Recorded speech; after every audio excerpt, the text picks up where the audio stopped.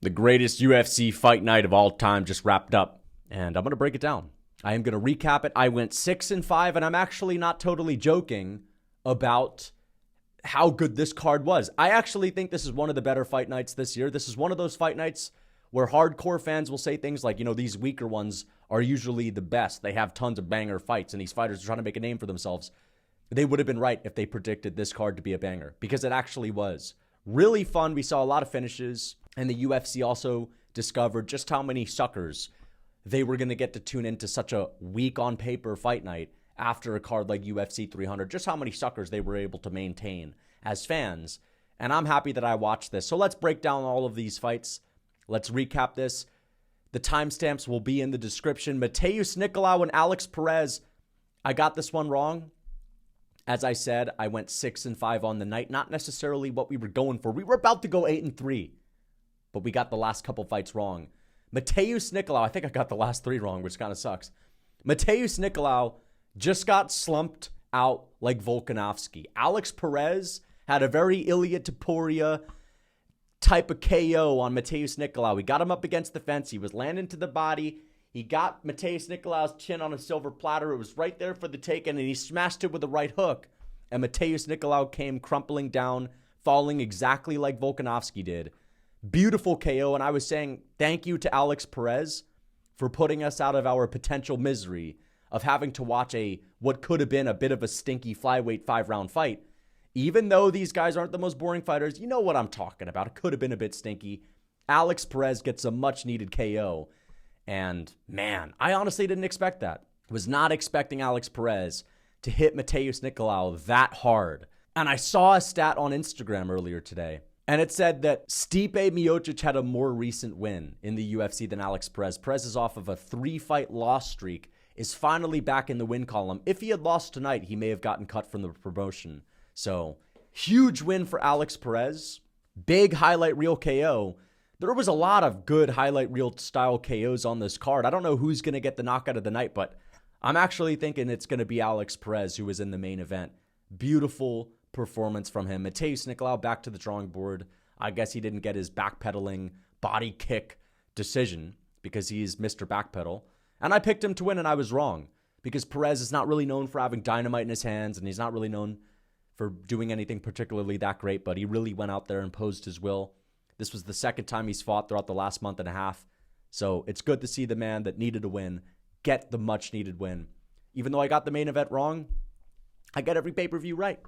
I'm the pay-per-view guy, all right? Last year people were clowning me when I was getting all the pay-per-views wrong. I'm the pay-per-view guy this year. I get the big ones right. But either way, let's get on to the next one. Beautiful win for Alex Perez. The real Anthony Smith knocks out Ryan Spann. I should have picked Bogdan Guskov. I really regret not sticking with my gut and going with my original pick of Bogdan Guskov, who just went out there and smoked Ryan Spann on the feet. Ryan Spann got the takedown early. And this is one of the reasons why I actually picked him, because I was thinking, you know what? Spann has a good submission game. He's a really big guy. He's a good grappler. He might be able to stink this up on the ground or get a submission. Bogdan survived, and Spann started to get a little bit slow, a little bit sloppy. He was overextending. He was throwing big winging, ugly hooks, leaving himself open. And the hands down style of Bogdan Guskov and that nasty uppercut that we saw in his last fight, where he knocked out his last opponent. I forget that guy's name. But, he's probably not going to be in the UFC for that much longer either. Bogdan Guskov snuck in an uppercut, rocked Ryan Spann. It was the second time he rocked him in this fight. Had him on wobbly legs, followed him up to the mat, put him out. And I went to the UFC's page, and the first thing I said was, this is the real Anthony Smith. If you actually think about it, I think that Anthony Smith is the fake Bogdan. No, I'm joking. But listen, all jokes aside, I really like Bogdan Guskov. He got on the mic. He gave a hell of a speech with a lot of energy. He's got nasty KO power. And it is kind of crazy to think that Anthony Smith, who won a split decision against Ryan Spann, gets shown levels in this way with Bogdan Guskov smoking Ryan Spann on the feet. Because you know what? Anthony Smith is actually a little bit underrated. And I actually don't think he's as bad as people make him out to be because, of course, he says a lot of outlandish stuff. And you just assume that, dude, you're the worst fighter ever. But Anthony's actually kind of good. And that's kind of why I picked Ryan Spann, because I was saying, you know what? Anthony Smith had a close fight with Spann, and Smith has got to be higher level than Bogdan because he's been in the top 10 for a long time. I just don't know if Bogdan's ready for this. It's a big jump up. But he smoked him. Absolutely smoked him on the feet. I mean, this was not competitive while it was on the feet, and we got to start thinking of Bogdan Guskov as a legitimate threat for any striker in this division. I think that any striking matchup you give this guy is going to be absolute fireworks. He had a good chin in this fight too, which I was pretty surprised with, because he got knocked out by Volkan Ozdemir, who's also not really got the heaviest hands. I know they call him Volkan No Time Ozdemir, but Volkan's not really putting everyone to sleep. Ryan Spann, I would say, hits just as hard as him. Spann landed some bombs, and Bogdan ate them well. And I guess there's just kind of this feeling that I have about Bogdan where I just automatically assume his chin's not going to be that great just because he got KO'd in his first fight and kind of leaves himself open at times, leaves his hands down, and you just think his chin isn't going to be that good. But it's actually pretty solid. Granite chin, tons of power, unorthodox striking, levels above Ryan Spann on the feet. Ryan Spann, I think it's clear at this point, he's not good at all. I mean, I don't think anyone was hyping him up that much, but a lot of people were picking him. I was. Should have went with my gut. I want to see Bogdan fight someone in the top 10. Not a rematch with Volkan, but some entertaining striker in the mix. You know what I mean? Maybe him versus Jamal Hill would have been a good fight, but Jamal Hill's booked against Roundtree. Who else would you put him in there with? Maybe Nikita Krylov. That could be the fight to make. It's been a minute since Nikita's fought. Maybe Jan Blachowicz. I know Blachowicz is going to be wanting a title fight, but, slow your roll. He's been out for a minute. I actually don't mind that fight, Blachowicz versus Bogdan. Let's see if the old man still has it. I actually would pick Blachowicz, and it would be a good test. But let's get on to the next one. Ariana De Silva. I thought it was Ariana Lipski. I guess she got married, has a new last name. Versus Karine Silva. I picked Karine Silva. She got it done. So she had a nice win. Austin Lane versus Jhonata Diniz. I picked Jhonata Diniz, and he knocks out Austin Lane brutally with big clubbing shots. Glory kickboxing clubbing shots. And this is the thing about Austin Lane. Great athlete, former NFL player, got the takedown in the first round, just kind of bulldozed Jhonata Diniz to the ground, but he came crashing down in the second, totally gassed out. And as far as scrapping and throwing hands and chin and toughness goes, Austin Lane just doesn't seem to have that dog in him. He doesn't fight like it, okay? He seems a little bit jittery in there on the feet. And he doesn't have the craziest power in his hands. He landed some bombs on Jhonata Diniz, but Diniz just ate him easily. And I know they say you can't condition your chin, but Diniz seems like the type of guy that's conditioned his chin. You know what I mean? One of these like tough Brazilian dudes at shoot box that conditions his chin. And he ate the shots like nothing and just walked through them and clubbed Austin Lane with a nice heavyweight glory kickboxing combination with big meaty hooks. Actually big meaty hooks. Put him down, knocked his ass out, UFC debut KO, and I'm impressed. Really impressed, dude. Okay? I think he's going to be like another one of the Taffa bros, one of those guys, right? I think he's going to be a fun striker. Austin Lane, listen, I know he's from the NFL, but just because you're a really good athlete in football, it doesn't necessarily mean you're going to be a great striker in MMA, or you're going to have a good chin, or you're going to have a great gas tank. I know there are probably some people that watch football that would say, no, dude, of course these NFL guys have great gas tanks. Really? They play for like 10 seconds at a time and then take a break. So I don't know about that. But, Austin Lane, I know he's like the runt of the litter from the NFL, but he's obviously the better athlete. But I don't know. Like, what? Being faster and bigger means you're a better athlete all the time? I mean, there's different sorts of athleticism for fighting, right? The athleticism required as a kickboxer is going to be different than the athleticism required for a long jumper in the Olympics. Or the athleticism for a boxer is going to be different than the athleticism required for a swimmer. So, I mean, you can't always just go with this guy was in the NFL, although not many people were picking Austin Lane. But he had some hype coming into the UFC. It's totally shut down now. And Jhonata Diniz shows him what's up. Fighting's just a different game, okay? On to the next one, Jonathan Pierce versus David Onama. I got this one wrong. I picked Jonathan Pierce because I just didn't see a whole lot of David Onama's grappling before. I know David Onama was going to be the better striker. He has power, he has speed. decent gas tank, but man, I was really impressed with his ability to scramble up to his feet, with his ability to look so fresh in the third round. And honestly, he deserved this win. He made a lot of mistakes in the second round. He beat Jonathan Pierce up in the first. Pierce took him down in the second. Onama would get up to his feet and he would engage in the grappling. He would try to jump on the back of Jonathan Pierce, and Pierce would shake him off and get some top control. And there was a couple of moments where that was the case. Onama just tried to tangle with him too much. But even though he was making mistakes, he still had a lot of energy to explode out of these bad positions. And even when Pierce would take his back, granted, he didn't really have the body lock, or I should say the body triangle every single time, but Onama would just impress me with his ability to just get out of these bad positions quickly. So very explosive on the ground. And he beat the shit out of Jonathan Pierce in the third round, won the first, won the third. I'm impressed with this guy. He's got great cardio, very dangerous striker. I think he's improved his striking quite a bit since that war with Nate Landwehr.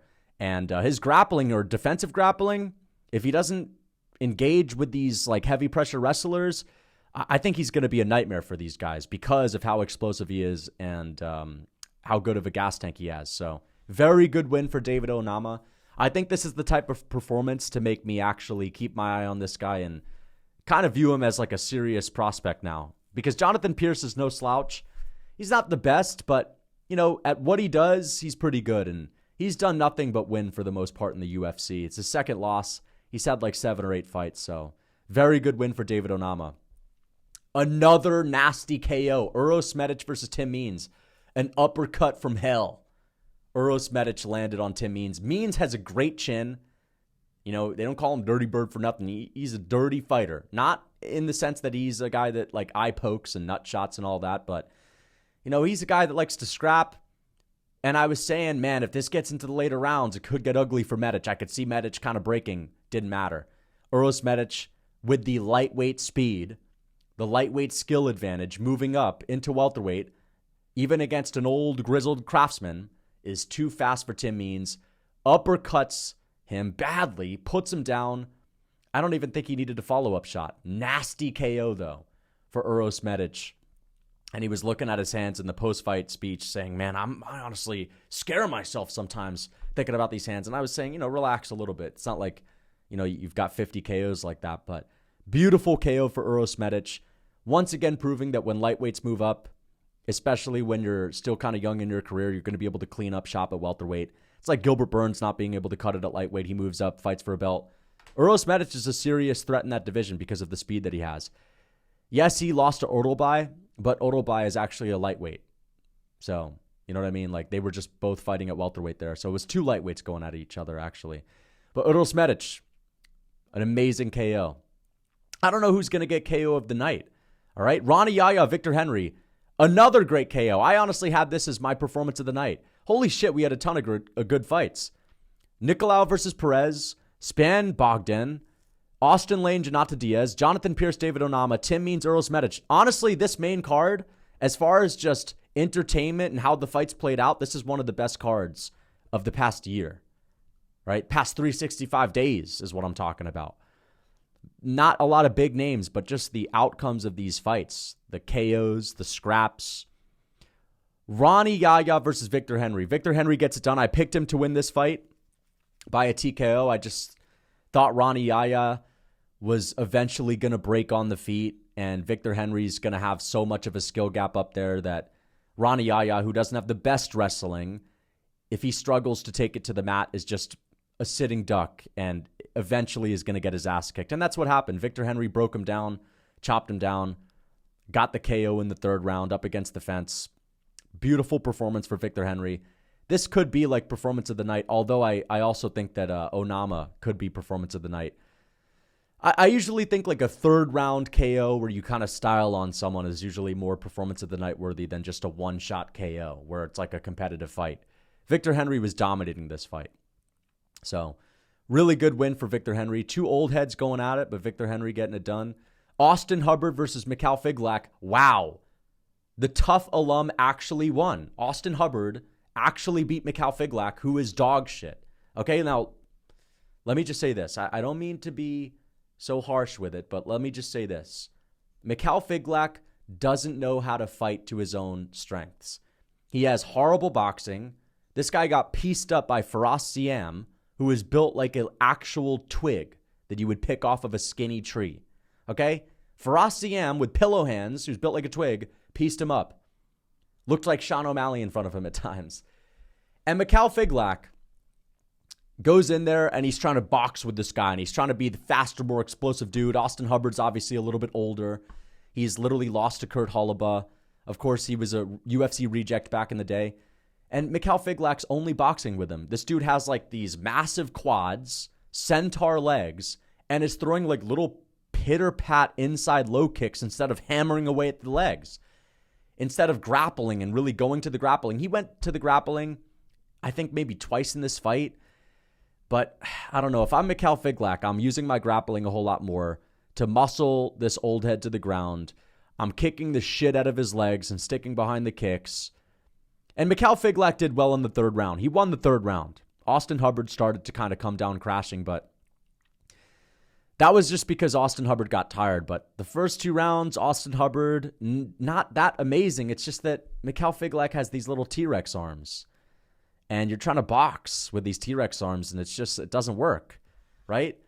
He's just another one of these guys that doesn't know how to fight to his strengths. Like, for example, Ignacio Bahamondes. Great performance in his last outing, but in the fight before that, against Ludovic Klein, he didn't throw any kicks, and he's like this long-rangey guy that wasn't throwing any kicks, right? Another guy that does a really good job at fighting to his strengths is actually Matheus Rebecki. Matheus Rebecki has T-Rex arms, but he hammers away at his opponents with low kicks, and he goes for big takedowns, and he mixes in the grappling. Michal Figlak just didn't do a good job at that stuff. So, yeah, good deserved win for Austin Hubbard. Figlak is just not going to be that good. Don'Tale Mayes, crafty Don'Tale Mayes, gets it done by decision. I picked him to win this one too.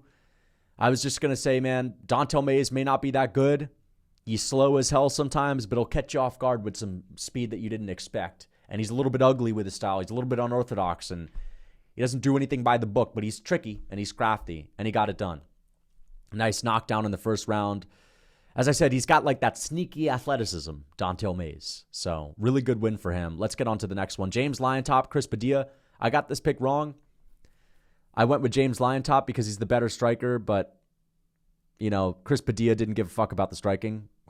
Went to the grappling. As soon as it hit the mat, he got the back and choked out James Lyontop. So really good submission for Chris Padilla. Great technique, getting the rear naked choke, shutting down the favorite in this one. So great win for him. And then Gabriel Benitez versus Maheshate. I picked Maheshate. I think they could have given this to Gabriel Benitez, but I guess they gave the first 2 rounds to Maheshate where he was landing more. He wasn't landing a lot of flush shots, but he was just throwing more. He was the busier guy.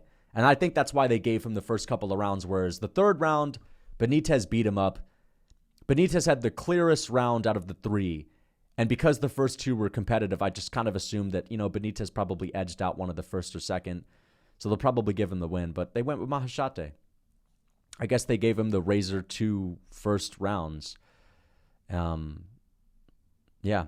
And Benitez lost. So that's my recap. That is my prediction. Hope you guys enjoyed. It's time to watch some BKFC.